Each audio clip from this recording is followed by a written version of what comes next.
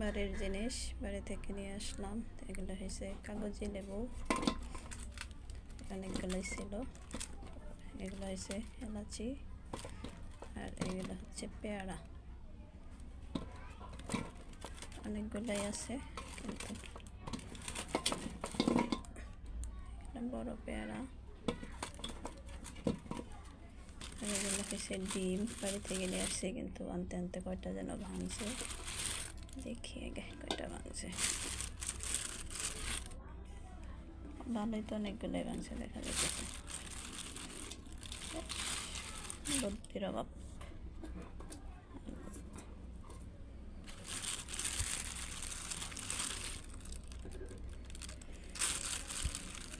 হয়নি, লসই হয়েছে।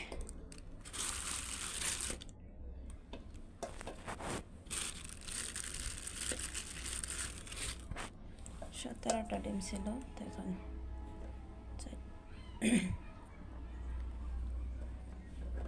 5টা 4টা 9টা 10 11। এত সাবধানে নিয়ে আসলাম, তারপরেও ভাঙলো।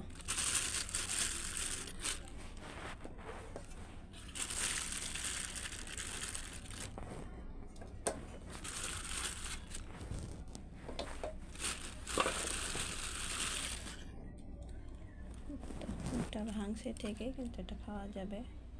সবটুকু পরে নাই, বেশি কত ভাঙছে। এখানে তো দেখা যাচ্ছে একটু মোটামুটি ভালো মনে হয়। দেখি কয়টা ভাঙছে।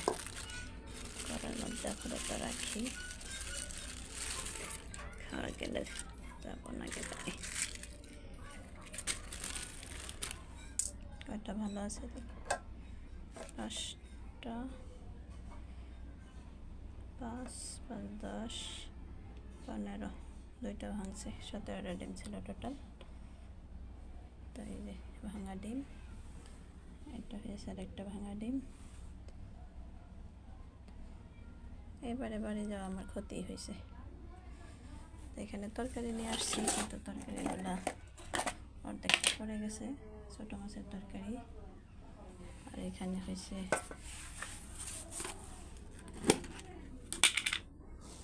ভাজি, বড়া, পরে গরুর ভুঁড়ি রান্না করে দিয়েছে এগুলো। কিন্তু এই তরকারিটা পড়াতে আমার অনেক কষ্ট লাগছে, কারণ এই তরকারিটা আমার অনেক পছন্দের একটা তরকারি। লতা, ছোটো মাছ, আর হলো কলার মোচা, মানে আমরা গ্রাম্য ভাষায় বলি থুরটা।